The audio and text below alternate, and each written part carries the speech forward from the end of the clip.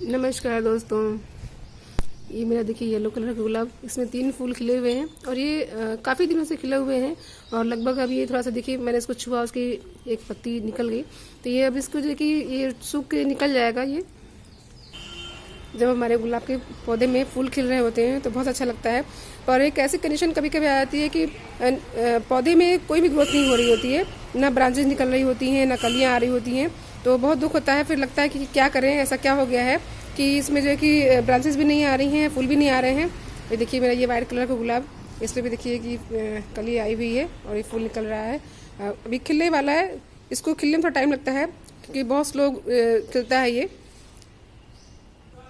देखिए मेरे इस गुलाब में बहुत सारी ब्रांचेज आ गई हैं। एक टाइम ऐसा इसमें भी आया था, मेरे सभी गुलाबों में भी, कि जो है कि जैसे ये फूल खिलाते हैं ना, देखिए फूल खिल गया है इसमें, तो हम लोग इसकी प्रूनिंग कर देते हैं ऊपर से।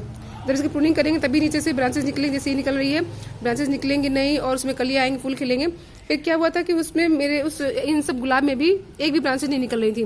देखिए मैं दिखाती हूँ आपको कि ऐसा क्या हो जाता है, किस तरह से दिखता है। जैसे ये मान लीजिए कि ये यहाँ से मेरा ये फूल खिला था यहाँ से, तो मैंने कटिंग कर दी। कटिंग करने के बाद देखिए ये इस तरह से हो जाता है कि काफी दिनों तक यहाँ से कोई ब्रांच नहीं निकलती है, यहाँ से भी नहीं निकलती है और नीचे से भी नहीं निकलती है। देखिए इसमें भी ऐसा हुआ भी है, पर काफी में देखिए सब में नई नई ब्रांचेज आ रही हैं। तो एक ऐसी लिक्विड खाद है जिसको आप डालिए अपने गुलाब के पौधों में, तो 1 हफ्ते के अंदर उसको आपको असर दिखेगा। ये 1 हफ्ता ही हुआ है इसको, देखिए नई नई ब्रांचेज निकल रही हैं सभी में और देखिए कुछ में तो कलियां भी आ गई हैं। देखिए आपको दिखाती हूँ मैं, इसमें तो देखिए इतनी सारी कलियां आ गई हैं और ये सब सिर्फ 1 हफ्ते में हुआ है।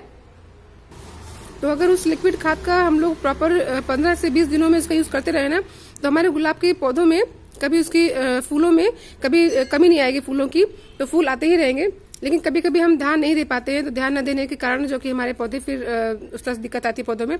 देखिए ये वाली भी यहाँ फूल खिला था, तो मैंने जिसकी कटिंग कर दी और देखिए यहाँ से ब्रांच निकलने में बहुत टाइम लगता है। तो ऐसा जो है कि आपके गुलाब में भी जरूर हुआ होगा। तो वो लिक्विड खाद इतनी इफेक्टिव है कि 1 हफ्ते में असर करती है और वो बहुत ही इजीली जो है कि मिल जाती है। कभी कभी हमारी नर्सरी पे मिल जाती है और नर्सरी पे ना मिले तो फिर जो तेल वाली दुकानें होती है ना, वहाँ मिल जाती है।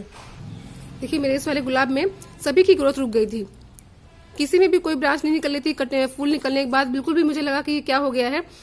मेरे साथ ऐसा फर्स्ट टाइम हुआ है। वैसे तो मैं चीजें देती रहती हूँ, गोबर की खाद बाकी सब चीजें देती रहती हूँ, लेकिन वो खाद इतनी अच्छी है कि उसको डालिए आप तो काफी उसका असर दिखता है। उस लिक्विड खाद को आप पाउडर के रूप में भी दे सकते हैं, चाहे लिक्विड बना के दीजिए चाहे पाउडर में, दोनों तरह से उसका यूज कर सकते हैं। लेकिन लिक्विड में देंगे ना तो जल्दी असर करता है और जड़ों को पौधों को जल्दी मिलती है वो चीज़। तो वो है सरसों खली। सरसों खली इतनी अच्छी खाद होती है और बहुत ही मतलब हर तरह से अच्छी होती है, बिल्कुल भी पौधों में किसी तरह का कोई नुकसान नहीं होता उसमें। और उसको जो है कि आप रात में फुला दीजिए। रात में फुलाने के बाद जो है कि आप अगले टाइम सुबह उसमें पानी में डाइल्यूट कर लीजिए और आपको जितने गमले हों उस हिसाब से मिलाइएगा।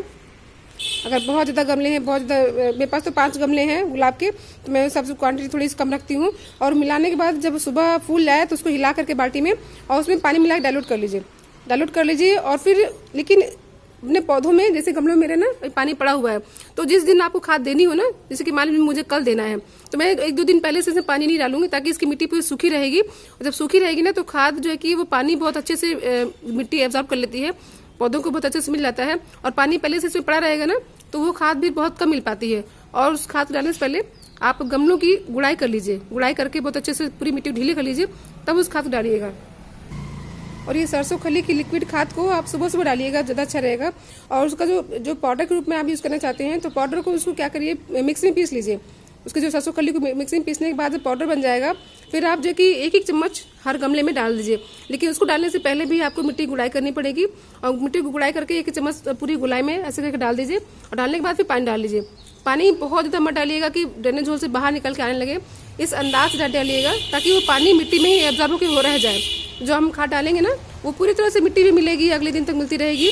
और पानी हमेशा कम डालें पौधों में कि वो ड्रेनेज होल से ना निकले। ड्रेनेज होल से निकलने का मतलब ये है कि आपका पानी इतना ज़्यादा डाल दिया है आपने कि बाहर निकल गया है, तो जो मिट्टी के पोषक तत्व होते हैं ना वो धीरे धीरे करके ऐसे पानी में बह जाते हैं। और कभी कभी जब ड्रेनेज होल से पानी निकल नहीं पाता है ना तो गमले में पानी स्टोर हो जाता है, तो फिर ओवर वाटरिंग के कारण हमारे पौधे भी खराब हो जाते हैं। आप अपने गुलाब के पौधे में सरसों खली को दोनों तरह से यूज़ करिए चाहे पाउडर रूप में चाहे लिक्विड रूप में, और ये दोनों ही तरह से बहुत इफेक्टिव है, बहुत फायदा करती है। और आप एक बार जरूर यूज करिएगा इसको। अगर आपके गुलाब में भी ब्रांचेस नहीं निकल रही है, कलियां नहीं निकल रही हैं, एक बार यूज करिएगा और कमेंट में जरूर बताइएगा कि आपके गुलाब के पौधे पर कितनी जल्दी उसका असर हुआ और वाकई ये इफेक्टिव है या नहीं। और ये इन्फॉर्मेशन अच्छी लगी हो तो प्लीज़ मेरे चैनल को सब्सक्राइब कीजिएगा, शेयर कीजिए, फॉलो कीजिए। और जो है कि मेरा चैनल फेसबुक पेज पर भी है, इंस्टाग्राम पर भी है, उस पर फॉलो कीजिए।